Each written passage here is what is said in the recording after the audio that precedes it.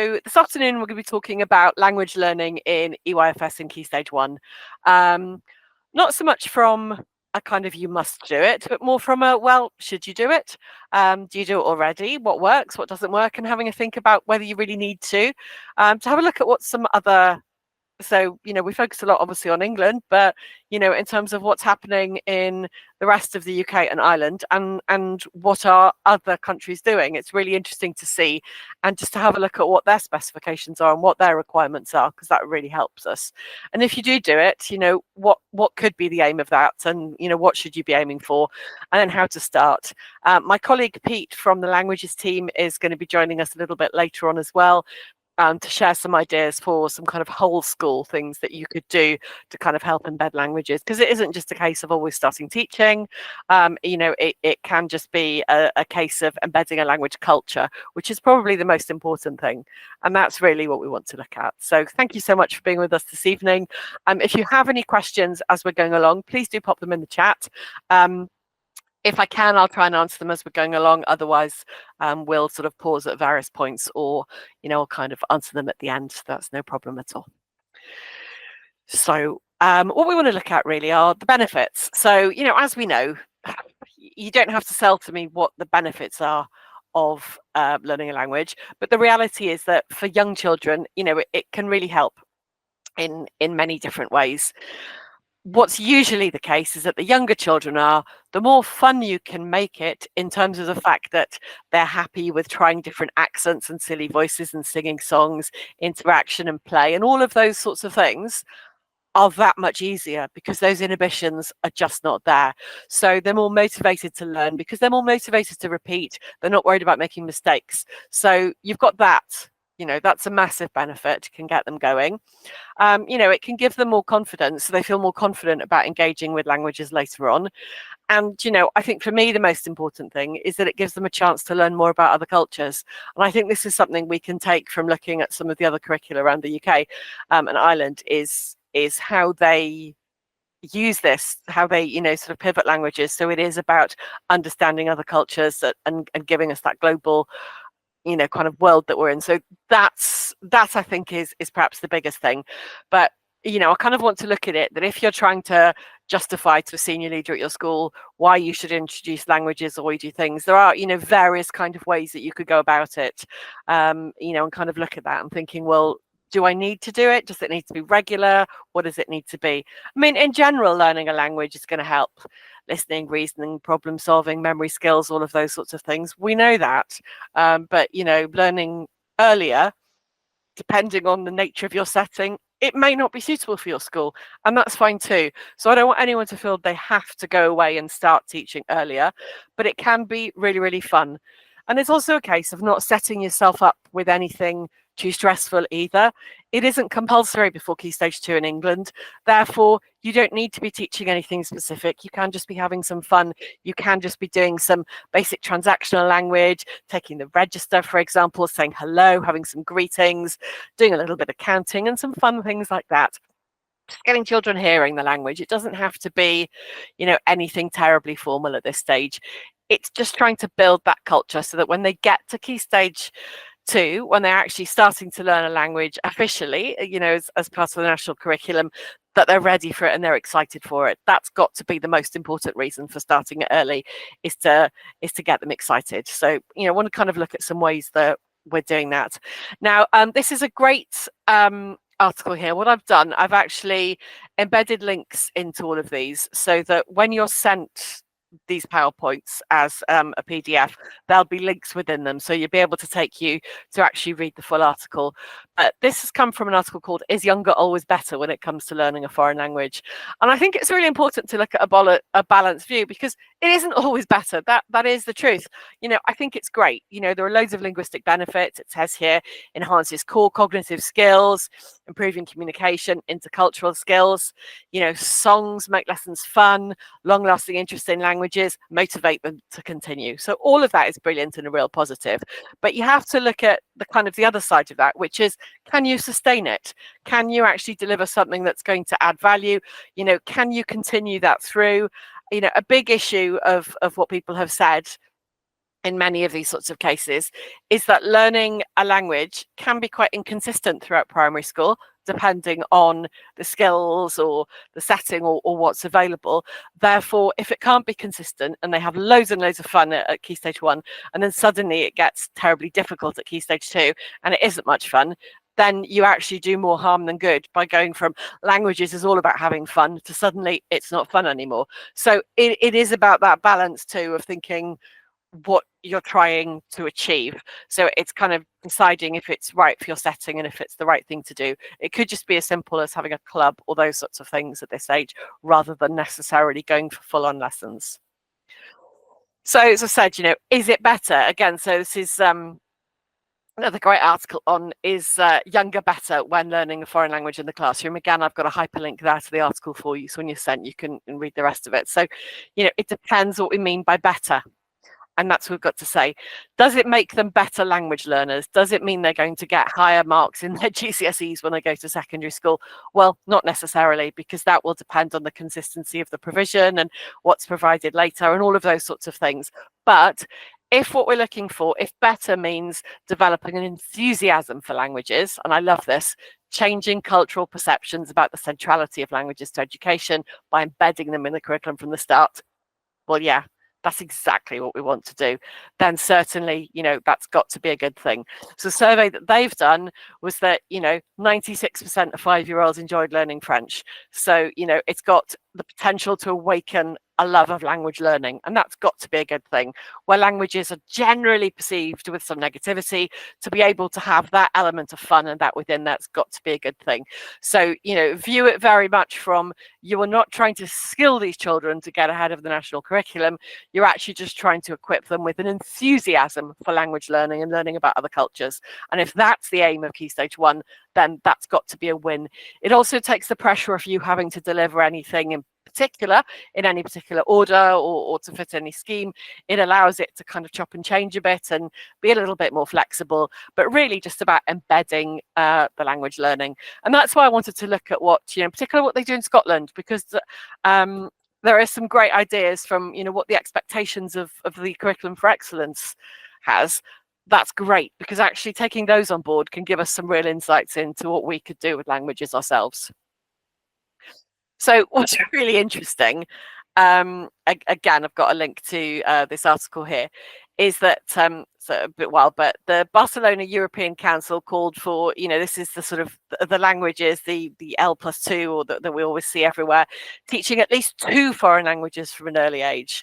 Well, that's quite a big ask, isn't it, in a country where we're struggling to motivate to do any one. However, key data, and there are links there as well, that most people are learning a language younger these days. So at least one language is compulsory before 8 in most countries, and sometimes even before 6. So we can see, it is happening elsewhere. There are other languages, and so people are starting younger and younger. That is happening. So it is good to see that we're not outliers here. It is happening.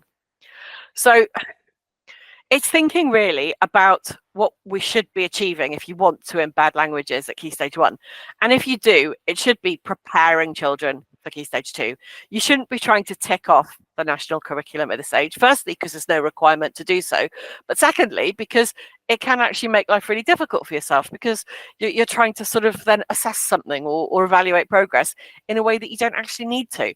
But really, the 3 that I've identified here: listen attentively to spoken language and show understanding by joining in and responding. Explore the patterns and sounds with songs, rhymes, absolutely. Appreciate stories, songs, poems, and rhymes in the language. That, along with an increase in cultural capital, which my colleague Pete is going to chat a little bit about later, has got to be the best way forward. We don't need to worry with Key Stage 1 or younger children, thinking about, writing or or reading, all those sorts of things, because they're still developing their own skills in English for those themselves. But actually getting them to listen to another language, to be aware that other languages exist, getting them to join in and respond. So arguably you don't even have to be teaching them the language they will be learning at Key Stage 2. It's just about getting them to explore things, to learn a little bit about other cultures and learn a little bit about other countries. Stories, songs, poems, they're all really fun, and that's the best way is to focus on those communication skills, and maybe some very simple words to recognize and repeat and those sorts of things. I mean, it can be that you can practice writing skills by actually, you're tracing or drawing pencil control activities for French words or those sorts of things. But, you don't need to take it to any level at all. It can, at this stage, literally just be about having fun and building an appreciation of the language. Now, the curriculum for Wales is really interesting because it's a little bit older where languages are introduced. It's after year 3. However, there is some expectation of international languages. It is in the curriculum for Wales from progression step 2 onwards, which is obviously realistically year 3, around that sort of age, or if not before. But we can apply this ourselves to younger. Which is going to be recognizing that there's a relationship between languages, culture, and identity. Well, that's a really nice goal to have, isn't it? Simple things of understanding that people use different languages, understanding that there are similarities and differences. Oh, listen to how this sounds in English, listen to how this sounds in French. Starting to draw on some information. I've heard languages being used, I've had the chance to use them, and I've had the chance to experience some literature from other countries. That's essentially just the 3 things that I've highlighted from the English national curriculum. And I think that's brilliant. What a great starting point. So those would be really sensible areas to look at to start embedding. The curriculum for excellence for early levels. So essentially this is from primary 1 in Scotland, which is roughly our equivalent of reception. And it's actually a little bit more prescriptive again. However, if you're looking for some things that you're looking to do, well, I can't see a better place to start, in all honesty, because here are some of the benchmarks from the CFE, and they're fantastic. Participating in songs, rhymes, and poems, as we've said already, some simple instructions, being able to answer some simple things about yourself, nodding and pointing, but, we're not asking for anything enormously demanding, maybe some simple questions or some social things like greetings. Some understanding, gestures, mime, very, very much playing around games and patterns, those sorts of things, recognizing some words, pronouncing some familiar words, some non-verbal communication, pointing, mime, gesture, etc. And, being able to maybe understand some things. So print around the school. So in other words, some display or some signs around the school. So actually the expectations, although at first you look at that thinking, oh, there's loads there, it's actually a really nice way of putting it and thinking, yeah, those are really nice goals to have for introducing a language prior to Key Stage 2, actually getting some of those things and actually embedding a culture of language learning. Then the Republic of Ireland, this is the draft curriculum, which is coming in from September 2025. So it's not fully signed off yet, but essentially it's based around getting teachers and children to develop all of this positive dispositions towards languages. And that's got to be the aim of what it is. Encouraging children to promote what they know already, but promoting a plurilingual approach. And that's similar to what we're seeing in Wales as well, which is an awareness of other languages. And in Scotland, they actually have to learn a second language, so they can do at early level a different language and then pick up another one later at the equivalent of Key Stage 2. So, there's real scope there to look at that multilingual world and building around that. And, emphasizing cultural diversity, which we're going to look at as well. So I think it's really valuable to not have that tunnel vision of the English national curriculum, but actually looking around and seeing what other people are asking for, because that really, really helps us. It helps us sort of think, what would I want to do? Well, actually, if you look at the strand that's interlinking those in the graphic at the bottom, building an awareness of language and culture, children engaging with language and building awareness.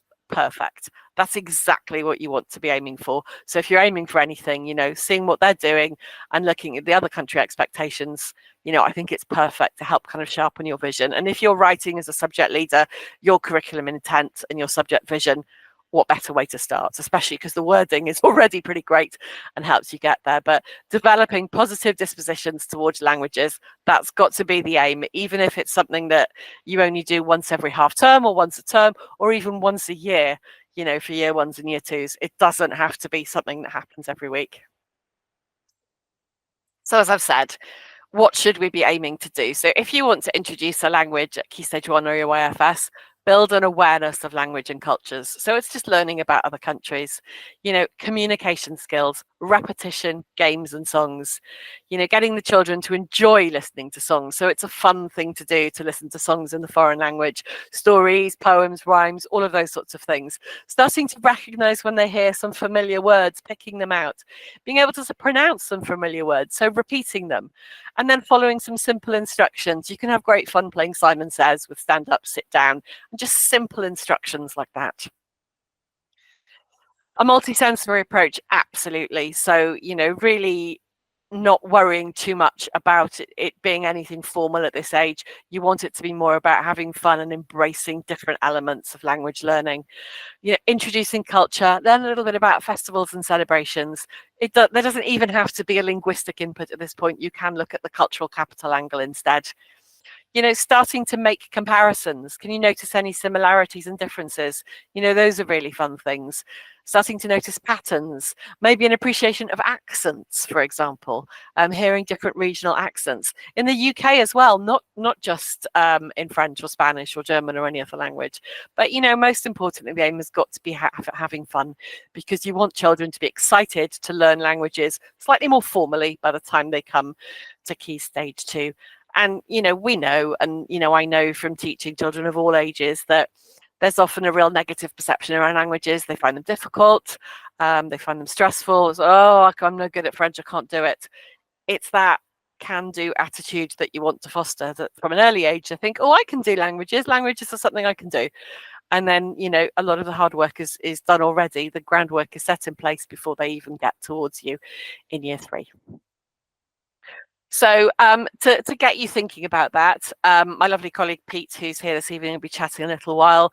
He's our resident blogger in the team, and I've got 2 links here to our blogs, which again, when you get this document sent to you, you'll be able to click through to them. They're free to read, great for reading over a coffee, thinking about starting them young, and thinking about why speaking is so important. So the sorts of activities, they're just good for helping getting you thinking about why you should do that and having a think about that. So they're great to go away and have a read of. So how are you going to get started? This is the important thing. So what do you do? So you've decided you want to do it, you convince people that you can, and it's thinking about what you can doing. So I'm going to talk through all of these sorts of things and give you some ideas for all of these areas. You can actually go away and put some practical steps in place to start embedding this within your school. So a vibrant and engaging learning environment got to be to start. So displays, working walls, or just words around the school. I mean, I live in Wales, and it's something that we see everywhere because Welsh obviously has to be learnt. And you'll go to the school and every door will have signs on in Welsh, or there'll be different things or items of vocabulary. Around the playground will be things, where you've got like a friendship bench in the playground, or those sorts of things. They're written in Welsh and English. Well, is there any reason you couldn't have those in Spanish or in French as well? Just even fun things like a tree labeled, with a thing saying, the word for a tree, or, next to the bin, or those sorts of things, just so that they're seeing and being aware of that language from an early age. Celebrating whole school events and cultural diversity, which I think kind of go hand in hand. I think this is probably the single most important thing you can do for younger children, which is to get them excited. And Pete's going to share some great things with us about that when we get to that, because he's got some great experience of things that have been really successful, that are lovely things to implement. Yes, there are kind of, formal days to observe, like European Day of Languages or the World Day for Culture and Diversity, which is next week. But also you could just have your own language day or international day. Cross-curricular links are really important. So in PE, could you do some, instructions in French, or some jumping, or, some counting as you're doing it, for example. Starting a club. Now in Wales, where starting international languages, it's coming in and it's getting trying to embed that in the curriculum. For many schools, they've gone down the route of a lunchtime club rather than formally putting it into the curriculum. So if you are a language lead and you're looking to promote languages in your school, well, starting a club for younger children can be a really fun thing to do. And that club, it doesn't need to be focused on enormous amounts of language. It can just be focused on having some fun in the language and actually playing some games. You could play a board game, you could look at some photos, you could learn about the country, and that's a great place to go. Some naturally arising opportunities that we'll talk about. This is actually in the Scottish curriculum. They actually say look for naturally arising opportunities. So some places that you could do some French or Spanish every single day. There are plenty of ways to do that. Getting active with a language. I'm going to have a look at some ideas for how you do that. Learning about food. I'm going to, again, give you some suggestions there. Some stories and songs and games, absolutely. And using technology, obviously, as well. So, you know, the most important thing is different ways that we can make this fun. So firstly, for, you know, making things engaging, a languages display has got to be the way forward. I've put a link there for you to our resources. We've obviously got loads of different resources for French and Spanish and some for German too. And, you know, we've also, because we have international versions of Twinkl, you know, to suit other countries, you will also find specific resources for schools there. So you can find an absolute wealth of languages. You know, we've got, as well as that, flags with hello in multiple different languages. You know, I'm all for promoting French and Spanish, which are the languages I teach. However, you know, for me, being an awareness of languages in general is probably the most important thing. So anything that's getting younger children know about those languages, you know, is absolutely critical. So some, you know, all sorts of different ideas for ways that you could have simple languages displays around your school if you're looking for that, even if you're just looking for some inspiration of how to make your own. As I mentioned, you know, key events to celebrate in the whole school. We've done some of the hard work for you in that we've got these resources which double up nicely as an assembly. It gives you as a chance as a language lead to be able to go in and deliver an assembly to the whole school or just, you know, to younger children and actually start doing something to celebrate those days and actually doing something to celebrate them. So next week is World Day for Cultural Diversity, which is a great day because it isn't just about languages. It's about culture. It's about diversity. It's about the world. It's about learning why people are different and understanding that those differences give us all much greater richness in our lives. And that's a wonderful thing to look at with younger children. So that's a really lovely day. And we've got some great displays and activities and wristbands and things that you can make for that. So you could choose to observe one of those days and actually look at how you celebrate that. And, you know, we've seen all sorts of things on social media of schools having the same as you would for World Book Day, having some sort of dress up day for one of these that you're coming in as something from a country or a language or something to represent that, or, you know, an item of vocabulary or any of those things, or the colours of a flag. You know, there are plenty of things that you could do to celebrate that, or people bring in almost like a show and tell to show them something from a country they visited or from a friend that they have from a different country, for example. You know, all really lovely ways to look at.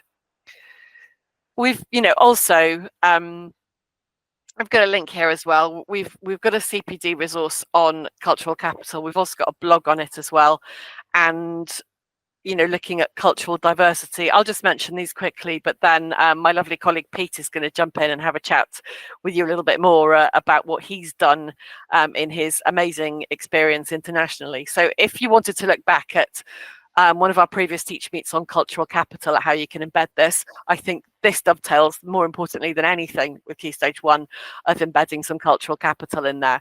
But food and drink has to be the way forward. In our various blogs, we've got ideas for having a French cafe. You know, you've got French breakfasts, you've, you know, got all sorts of things. You know, it's very simple these days in some of the lower price supermarkets. For not an awful lot of money, you're able to get some croissants, some pain au chocolat, some French cheese. You know, it can be really fun tasting some blue cheese and those kind of things. Festivals and celebrations, as we said, are marvelous. You know, for French, well, you've got Bastille Day in the summer, for example. You've got the Olympics coming up this summer in Paris. Great chance to learn a little bit about Paris, learn some French words for some sports to go alongside that, for example. Art and architecture, you know, that, you know, dovetails really nicely with cross-curricular kind of things. We've got lots of resources on site of, you know, different monuments that you could take a look at, but you can of course go to Google Maps or something similar online and actually visit a town or a city and actually look at some of those tourist attractions, which can be really fun, you know, and learning more about the wider world. It doesn't have to be about the language that you're studying. It can just be about learning about cultures in general. Famous people is always great, and, you know, sort of hands-on culture and theme days. And this is the point, talking about hands-on culture and theme days, that I'm going to ask Pete to jump in to join with us, because he's got some great experiences of his time working internationally. So hello, Pete. Are you there? I can see Pete on the screen. I'm hoping that we're okay.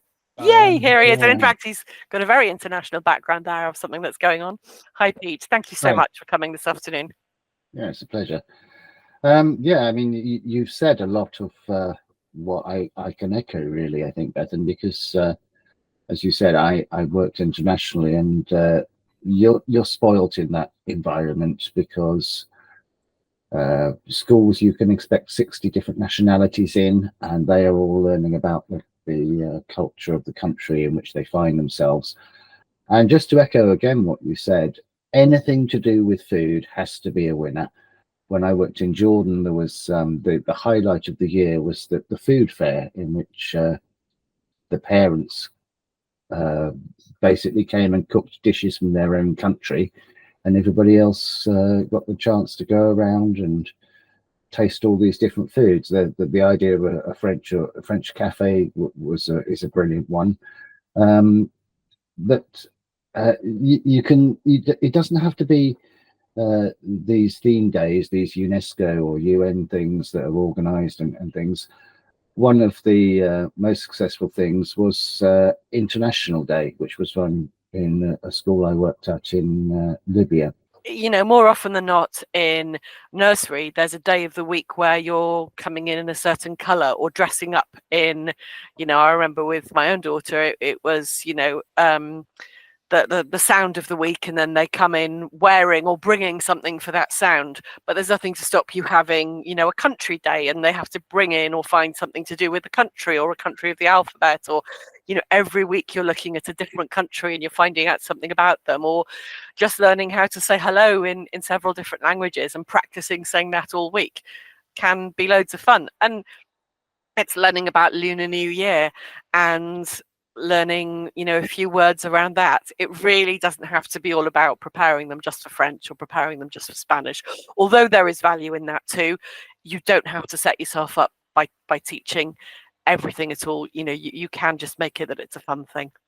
And similar, you know, to what Pete says as well, we've also got a great blog here for cross-curricular opportunities, because there are so many ways that you can move things across and learn, particularly with younger children, of ways of, you know, including cross-curricular opportunities. And food, I seem to remember, features quite highly in that blog as well, because, you know, we do think that's a great way through to enjoy and learn more about culture too.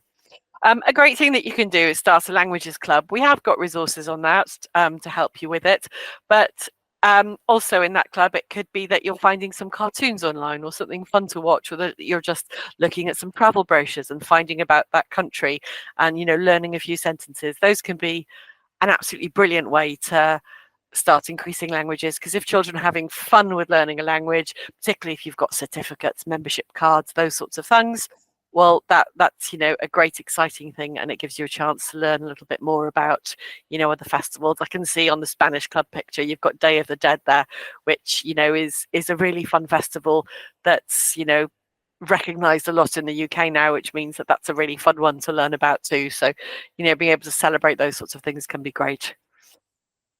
Naturally arising opportunities that you can find throughout the week would be, you know, greetings and useful phrases. So you're teaching them to say hello and goodbye always in the language. Taking the register, you know, it could be that each half term you've got a new language for the register and they have to answer with yes in a different language or say hello in a different language. What a fun thing to do. Counting and recalling numbers, you know, can be good. There's no end of counting at the school. So, you know, being able to do some of those in French or Spanish would be great. Days of the week, so if you've got those around, you know, the classroom, that will be brilliant. So in schools in Wales, for example, though, even though everything is taught in an English medium school, even though everything is taught through the medium of English, all children will write the date in Welsh. If I'm looking through my own children's books, the date will always be in Welsh in everything that they write. The teachers will always write comments in their books in Welsh. So even though they're English medium schools, so it's little things like that that you could start to do to kind of get it going. So, you know, you recognize the day of the week, or what day is it today? And then, you know, you've got them to choose from. Weather is a good one for that. You could have a weather chart in French or Spanish or German in your classroom, and then you look at the, you know, the weather and you choose that, and, you know, you go from there. Classroom objects are great, you know, that if you've got names for those around the classroom, and oh, who can remember what this is in French, for simple things that they're using all the time, like a pen or a pencil or a rubber. Snacks, words for snacks are great, and lunchtime options. So, you know, the French for sandwiches or school dinners, you know, for example, so that they're choosing, you know, they're telling if they're having sandwiches or school dinners, for example, in French or Spanish or a different language, you know, all sort of great ways that you can weave that in. And that's actually what the Curriculum for Excellence in Scotland is suggesting. These ideas have come from them, that they're actually suggesting that this is something that you're embedding constantly at that early stage of language learning before you actually come on to more formal learning later on, which I think is a wonderful idea. Getting active, you know, is a great one. We've talked about that in the blog of Pete's talked about that with ways of PE and other activities, but also we've got a blog on it and a CPD resource on active learning and MFL. But better than that, we've actually got some active learning videos, which are particularly for younger children, and they are songs like this one. You can see it here. They're simple vocabulary, just with the words. They've got some actions to follow along and some cute visuals, and there's links to those there. And those are lovely activities just to have a movement break. You know, and as well as our own resources on Twinkl, you can find movement breaks in French or Spanish online quite easily if you search for them on YouTube. And there are some great ones. And just having a bit of a boogie with a French song or a Spanish song is a great thing to do. And, you know, a great bit of fun to get moving and have fun. That, you know, those are really, really lovely activities and lovely things that you can do quite easily. And just once a week, you have a Spanish song and a Spanish dance along. Well, you know, what a great thing. And these active languages videos, they do actually introduce the subjects first. So the videos are only perhaps 7 or so minutes long. So they do actually go through the colors or go through the pets or through the Spanish numbers first for you. So you wouldn't even have to do any teaching yourselves. You could just do that. You could pause it, and then you've got a chance to kind of recap with the children. You know, the sounds are repeated and they get to practice them, and then they sing a song. So, you know, that in itself would be enough for you at Key Stage 1 or younger to actually have, you know, some fun language learning. Food and drink, as we've said, we've got loads of resources that, you know, French breakfasts, well, you know, languages at this age, it could be as simple as filling in a colouring sheet and, you know, you've got some French words that are there or Spanish words on the sheet and they're colouring those in. It's just the exposure to those other languages that we're looking at. We've also got lots of really cute PowerPoints to use at this age, like the one that's there for food and drink, which just introduce simple phrases as well, which can be really nice. And then from that, you know, we've got a massive range of topic-based activities that you can look at and find a wealth of anything that you're looking for. If you're doing a particular subject at the moment and you're thinking, oh, that would be fun, you know, it's World Oceans Week coming up in June, for example. Let's look at Under the Sea, and we've got an Under the Sea PowerPoint or a little game to play. Board games are marvelous. Now, these are a bit onerous to start with because you actually have to kind of go away and make them first. But if you've got them and laminated them, you've got them for years. And some of these are based on very, very familiar formats. Some, like the Cluedo version, is probably going to be a little bit harder for very younger children. But the supermarket one, where they're just matching up words into the trolley, you know, will be very similar to games they've already seen in their own home. So, you know, those are very simple little games to play that can be perfect for younger children, just to match up the words. And again, you know, at this stage, we're just focusing on just the exposure to the language. So there's not having to get them worrying too much about saying too many things or doing them. If they can repeat them, great. But if they can't read them, at least they are, you know, getting that exposure to the language. Card games are really fun as well. You know, again, bingo, matching, you know, different kind of sentence things, all of these kind of things. If you make them and print them and then, you know, laminate them, then you have them to reuse again and again. And they're simple kind of fun things to be able to reuse. We've got 2 great resources on activities and games, which will give you links to all sorts of suggestions, far more than I could go through in this session now, with suggestions for activities and games and things that you can do. We've also got a CPD coming up in a couple of months on starters. I think it's the next one on starters, plenaries and games for language learning. Many of those would be applicable for younger children and would be great ideas for what you can look at. So those can be really fun things as well. So we've got that coming up to help you too with more ideas. But, you know, I've gone back several times, and the curriculum for Wales and for Scotland kept mentioning literature. Well, literature doesn't have to mean the Bronte sisters. It can just mean, a simple story in French or Spanish. That's essentially when we talk even at GCSE about literature, it's a text, an authentic text written in that language. So, these ebooks are perfect. And I'm going to show you an example of what they look like. So this is one of our French ebooks for younger learners. We've got a story in English. This is narrated. In fact, the lovely Pete with his dulcet tones actually narrates the English. They're spoken in Spanish, and there's an English translation as well. So you can share these. Children can look at them, on their own on a tablet, or you can share them on a whiteboard in the class, and it's all read for you. So, you can just go through that, and it's written in French, and they can pick out, oh, look at that there, which is the word that you think is the word for hedgehog, for example. But they're really lovely with illustrations. They're very accessible. As I've said, we've got the French or Spanish is all fully translated, and they're narrated in English well. So they're perfectly accessible for younger learners. We've got some really cute ones on penguins as well. And that collection is growing as well. We're adding to those constantly. Songs as well. We've got songs within the videos, but there are also other song packs on the website that you can find different types of songs that can be really fun to join in with, or to find your own songs online, that can be really lovely. We've actually got, which I'm very excited to share with you, and hopefully in a couple of months I'll be in a position to actually show you quite a lot of this. But we've got a new scheme coming up called Lightning Languages, which will obviously cover the compulsory Key Stage 2 teaching, but it also has a Key Stage 1 or EYFS scheme. I hesitate to use the word scheme because it isn't a scheme insofar as it's a progressive scheme of work as we know it, but it's a scheme insofar as there is a range of things available, and that will be covering little topics in French and Spanish, such as saying your name or saying please and thank you, saying yes and no, saying hello and goodbye, and hopefully then some other topics like mini beasts or pirates, all in French and Spanish, just to learn some words, and most importantly to sing songs. Every lesson's got a little song in it to join in with, and they're really fun and really, really lovely resources. So I'm really looking forward to being able to share those with you, because that will really help you, because it will all be done for you really, and you'll be able to just take that away. And the lessons, the sessions themselves are designed to be taught in about 15 minutes. So they're really short. There's also going to be an activity booklet that comes with them and an adult pack. So you can kind of decide if you want to make it longer, but there are kind of dip in and dip out of that you could have a week's worth of those lessons and then perhaps not revisit it again for a few months. It's absolutely fine. They're all designed to have fun. So I'm very much looking forward to sharing that with you when the time comes. Interactive games are really great as well. We've got a massively growing collection of these, and our Lightning Languages resources will have several interactive games in every resource. They will have a story in every unit. They will also have songs, as I said, and they will have interactive games.